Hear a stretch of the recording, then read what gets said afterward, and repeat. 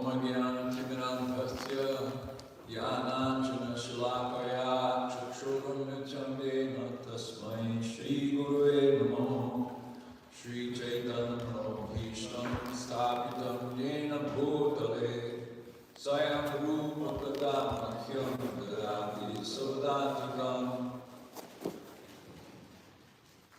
Namam Vishnu Padaya Krishna Krishna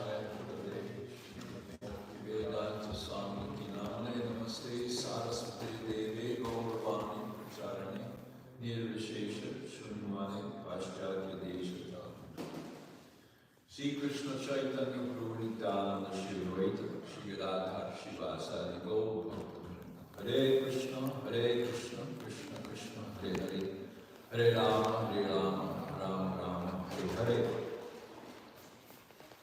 So we're continuing, this is lesson 2, we're continuing to cover this book is called The Solution to Environmental Disaster in Simple Language, or Plain Language. It's taken from this larger book called The Environmental Solution. Although it mentions environment, the actual purpose of the book is to show that Vaishnava culture is superior to modern global culture. What we used to call Western culture is now spread around the globe. So I'm using the term modern global culture. Vaishnava culture is superior. And one of the main proofs of that superiority is the difference in the way the two cultures treat nature. So this is lesson 2. Oh, and this course is specifically it's for all devotees, but especially those who interact with the people outside. Meaning that if a devotee is here in the temple, outside and only talks to Krishna, then it's not for you. But everyone who wants to expand Krishna consciousness and speak to people outside convincingly, this is for you. So review of lesson 1, the purpose is to compare what two cultures, to compare the two cultures in relation to nature. So what is the meaning of higher order? I'm using this word higher order to mean that there is something beyond the lower nature that we can see. The nature that's visible comes from a higher nature. It comes from a higher source, a higher system, or a higher order. We know that there's order in the world. There are systems that scientists investigate. So how did those systems originate? There is a higher order. Now, we define that higher order as Vishnu and the expansion of Vishnu into this material world, or the creation of this material world. But others may define higher order differently. Some say pantheistic, polytheistic, henotheistic, monotheistic. So many descriptions of the higher order. But the materialists, those who don't accept a higher order, they say there's no proof of a higher order. They reject the concept and say that the universe and life has come about randomly. And that rejection of a higher order tends to influence disrespect for the lower order or nature. We see that the influences of modern global culture are humanism, science, democracy, socialism, capitalism, and Western Christianity. These influences, even with Christianity, they accept a higher order. But even with the influence of Christianity, there is disrespect for nature, destruction of nature. So this book explains further how that happens. So who is Vishnu? Of course, we know who Vishnu is. Leela, what is Leela? What are the Vedas? So these are topics we know about. What is human centrism? Human centrism is something a lot of environmentalists talk about. There's a debate about whether human centrism is a good thing or not. We say no. Human centrism is not good. Should be Vishnu centrism, or at least, at minimum, life centrism. That doesn't mean, sometimes people talk about egocentrism or biocentrism. So when we say life centrism, it doesn't mean biocentrism. Life means that all life has soul, spirit, the life essence. So life centrism, you could argue that life centrism means Brahma centrism, that just like we learn, there's the verse, Brahma Bhuta Prasannatma. So that means that that the forests, the ocean, the rivers, the mountains, all these have life. There are devas that control nature. They also have life. So to understand Brahma is that's higher than ecocentrism or biocentrism. These concepts of ecocentrism and biocentrism are generally European concoctions, maybe originating in the 1960s, 1970s. So they're it's yet another ideology, kind of religion, new religion to make a feeble attempt at countering human centrism, whereas traditional cultures have been countering human centrism for thousands of years, not just Vaishnava culture. Vaishnava culture is very effective in countering human centrism. What does empiric mean? Empiric, of course, means by observation, limited by one's observation. In the Vedic system, there are two types of knowledge, Paurushaya and Apaurushaya. Paurushaya means one of its limitations are observation, which is fallible. Apaurushaya, the Vedas are Apaurushaya, not limited by these faults. So, a review of Dharma. Dharma, although complex, we define Dharma as a set of values. This is useful. This is a useful definition. Values and principles, or many times Prabhupada calls Dharma religious duties. So religion in the sense of, not necessarily in the sense of God, although our system is Vishnu-centered, but Dharma can be expanded to mean any set of higher principles that are divinely ordained, originated, that Dharma originates from a higher order. So these are duties, but those duties depend on values and laws. Dharma is also connected to laws. So it includes the responsibilities or duties based on those values. And every society has a type of dharma. I'm saying this because Prabhupada sometimes speaks about dasyu dharma, which means thieves' dharma. So in a sense, modern societies have a kind of dasyu dharma, a thieves' dharma, because they're stealing from nature. Krishna says in Bhagavad Gita, yo bhunkte stena evasa. That means those who enjoy without offering yajna are thieves. So the Vedas say that dharma must include the higher order. Now, a review of modern empirical science. Originally, science meant knowledge, but modern science means empiric knowledge, or knowledge gathered only from observation. Veda also means knowledge. So in a sense, science has usurped the word science. Modern scientists have usurped that word because it simply means knowledge. So sometimes people say scientific knowledge, which means knowledgeable knowledge. It's redundant to say scientific knowledge. And it's arrogant to think that science is the only way to obtain knowledge. The Vedas teach how to live harmoniously with the higher order. Thus, and science is not. Thus, modern science is limited.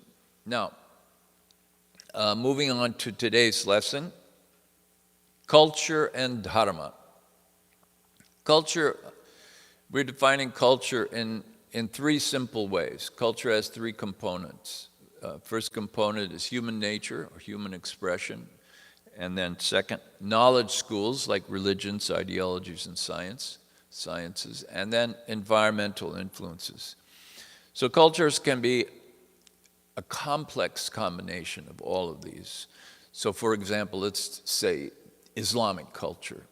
So Islamic culture, no culture is pure. So Islamic culture, say in Saudi Arabia, is not a pure culture. There are many foreigners there that are Christians and Muslims, Hindus and other religions. So there's a slight mix, mostly Islam, but a slight mix. Then it's a desert culture in Saudi Arabia. So that's an environmental influence.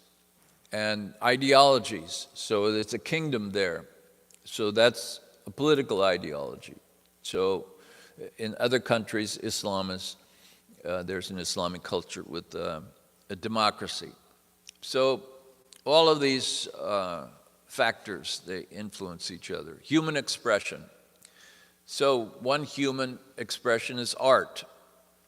But Islam doesn't allow certain forms of art. Calligraphy, they're prominent with calligraphy. So the knowledge schools sometimes restrict and sometimes inspire different human expressions. And basic human expressions are eating, sleeping, mating, and defending. That ahara, nidra, bhaya, maitunam, those four expressions. And of course, many other associated human expressions. But the knowledge schools, that is, the religions, ideologies, and sciences, tend to either restrict or inspire these natural human expressions. Dharma should be at the heart of a knowledge school. A knowledge school has a responsibility to guide human beings.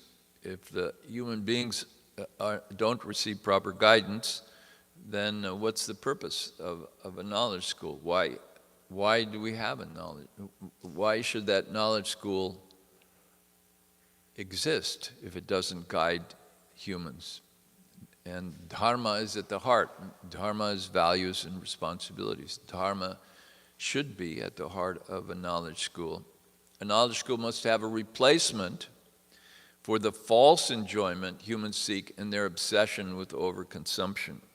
Or a knowledge school should somehow redirect greed. Human greed should be redirected. Most religions do that, and some ideologies attempt to do that. But the modern ideologies that are the modern knowledge schools, religions, ideologies, sciences that are dominant today are not very effective at controlling greed. So human nature and identity. Like all beings, humans eat, rest, shelter, eat, sleep, mate, and defend. Humans are distinct from other life forms. They have dharma. So humans can learn to identify with the life essence or soul. That should be one of the purposes of dharma, to teach that discrimination, to teach that discernment between spirit and matter. So the soul is composed of eternal existence, knowledge or awareness, and enjoyment. Scientists tend to focus only on existence, which they define as survival. So knowledge and enjoyment are considered a chemical byproduct of this desire of life to survive. Dharma and laws. Laws come from dharma, or from values. That's the natural way. But in the modern era, laws come from changes like new technology. So in that case, the values change based on the new laws. So that's the reverse order, not laws from values. So instead, values from laws. So this method works in modern society because such laws encourage and govern materialistic desires. But that's the reverse. Traditionally, for thousands of years, Dharma has established laws and has established values and responsibilities. And then there are laws that proceed. But in modern culture, technology, and society, it changes so quickly that they have to establish laws and then hope that people establish the corresponding values. But when a huge change is required, like the restriction of fossil fuels, laws are not effective. Just like in this country, people wanted to restrict alcohol consumption. This is a value for some religious people, that they don't want to drink alcohol. So they wanted to restrict everyone, so they passed a law. But not everyone had those same values. So it doesn't work. You can't just pass a law and then convert everyone's values. You have to begin with values, and values tend to generate traditions. It requires some time, and then laws. Values, traditions, laws. So it's not going to work. To pass laws against fossil fuel consumption, or to pass laws against excessive use of nature, overconsumption of natural resources, is not going to work. There have to be values. So who has values? The Vaishnava culture has values. The Vaishnava culture already has the values in place. Modern culture does not. So laws will not be effective. The next lesson is on human nature. So we touched on this already, the idea of there's three components of culture. One, human nature, human expression. It's our natural expression. It's almost like our animal expression, that we have certain desires to express ourselves. We're a little more sophisticated than animals. We can communicate verbally, we have language and so forth, we have rational thought. But in general, here, I'm defining human nature as this sort of animal expression. But that has to be controlled by our religions, ideologies, and so forth. So we've done that throughout human history. We have these controls. So the next three chapters, or next two chapters, are going to be about one, human nature, what natural human expression is, and then two, knowledge schools. So we have to look at knowledge schools to see what exists today. What use is it to study philosophy? These are old people from Greek and France and all these places. Philosophy is not very useful. But looking at what influences us today and how these influences are not there, they don't acknowledge the higher order, they don't have reverence for the higher order, and therefore they think that somehow they can exploit nature, the lower order. Since they don't have reverence for a higher order, they don't think that it comes about randomly, so I can make up my own rules. I can exploit nature, and I can fight with nature. Whereas those who have reverence for the higher order, they have principles or values in place that say you have to tolerate nature, just like Vaishnava culture. Tolerate, Krishna says, Shita Ushna, Tang Stitikshasva, meaning that you have to tolerate summer and winter. This tolerance, a little austerity in life, you can't kill and overexploit nature. You can't be greedy, but there are no such values in cultures that reject the higher order. That's generally, you might be able to find some exception, but generally, acceptance of a higher order is necessary. So how you define that, that's a different thing. We define that as Vishnu, Krishna, and from Vishnu, Krishna has generated this prakriti, this lower nature. So the next lesson discusses human expression, one of the three major components of culture. This lesson was an overview of what's to come. So I wanted to, at the end of each lesson, I put the essence.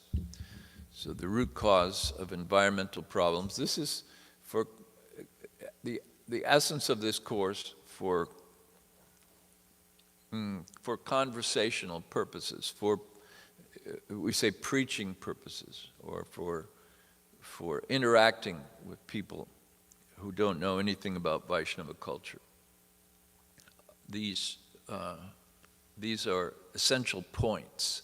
The root cause of environmental problems is overconsumption, which leads to pollution, waste, resource depletion, deforestation, all these things because of overconsumption. It can be controlled only through enjoyment that pervades the culture, or satisfaction, meaning people have to be satisfied with less consumption.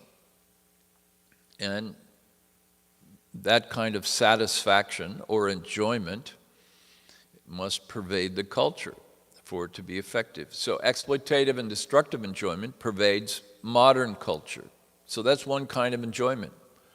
People are urged to get satisfaction through consumption. Thus, modern culture must be changed, challenged and changed in favor of Vaishnava culture. Slogans like, this is a common environmental slogan, reduce, reuse, and recycle are not effective. People talk about reusing and recycling. People who don't recycle, they're made to be embarrassed because they don't recycle, or reuse. They talk about, the fashion industry is reusing clothes somehow. But nobody really, truly addresses reducing, which is less consumption. Laws, technologies, and treaties are also ineffective. Generally, those are the three major solutions. Treaties between countries, laws within a country or within a particular region in order to control things like pollution and especially pollution. Pollution is a byproduct of overconsumption. It's a byproduct. It's not the root cause. And yet, because pollution is observable, people focus on pollution, just like the modern focus on climate change. So it's a byproduct. It's not the root cause. But it's popular to focus on the symptom. And Vaishnava culture has the solutions. The solution being another kind of enjoyment, satisfaction, being satisfied with less. Hare Krishna. Half an hour. You wanted half an hour.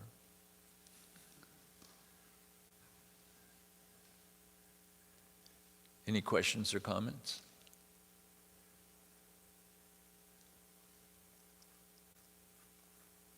So I really hope I have 5 more minutes. So I really hope you see the value of this as a preaching vehicle. Again, it's not a discussion on the environment.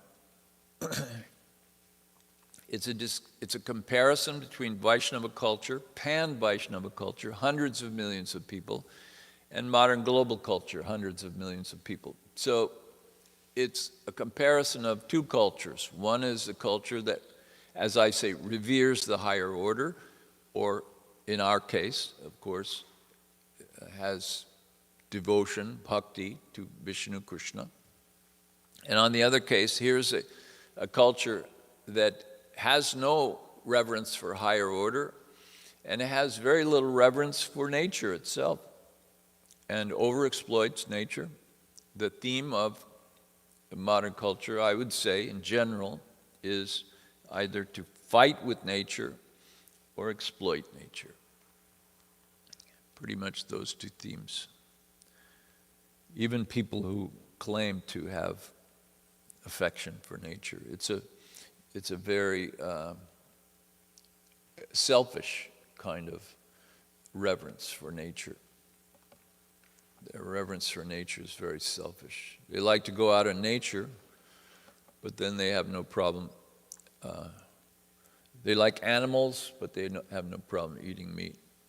They like nature, but they have no problem over-consuming the energies that, like fossil fuels, that disturb nature. They have no problem with deforestation. For example, in California, California is very proud of its history with, they think themselves very advanced with laws that preserve the environment, anti-pollution laws. But I read an article last year that said that 50% of the oil that comes out of the Amazon, so people are very concerned about the Amazon rainforest, 50% of the oil that comes out of the Amazon is used in California. So it's basically hypocritical. People say one thing and do another. And they have solutions. They implement laws and technologies, but these are ineffective. Obviously, California has, if you read a lot of products, you read, well, this cannot be used in California because they have strict laws about such and such pollution or something. But ineffective. So this, again, although these are environmental examples, this is not about the environment. This class is not the environment. This is meant for a genuine comparison between Vaishnava culture and modern culture. Sometimes Indians like to say that their culture is the best culture. They have lots of reasons, philosophical reasons, and sometimes they're rather idealistic reasons, made-up reasons. But this is a very defensive kind of conversation, in my mind. This is a practical conversation. This is real. Of course, people may argue that, no, we're not really responsible for the destruction of the earth. Well, you can argue like that, but you're just in denial. You're in denial. Everyone knows that Americans are the worst, probably along with Canadians, and Europeans, Australians, that the Asians and Africans, they're just catching up, that's all. And it's based on the reason people criticize the Asians for polluting is because they're just catching up with this materialistic sort of paradigm. It's not that there's something intrinsically wrong with Asian culture. So the traditional Asian culture is harmonious with nature. Traditional African culture, most of the traditional cultures are harmonious.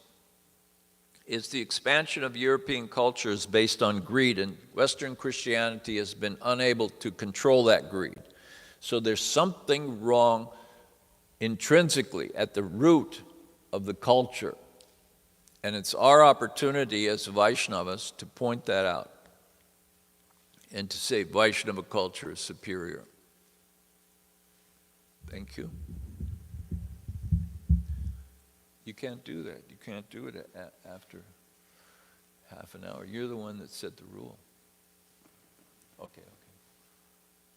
You could say about where you get your statistics from. I'm interested because you mentioned a statistic about how Vaishnava culture is producing far less per capita than modern culture.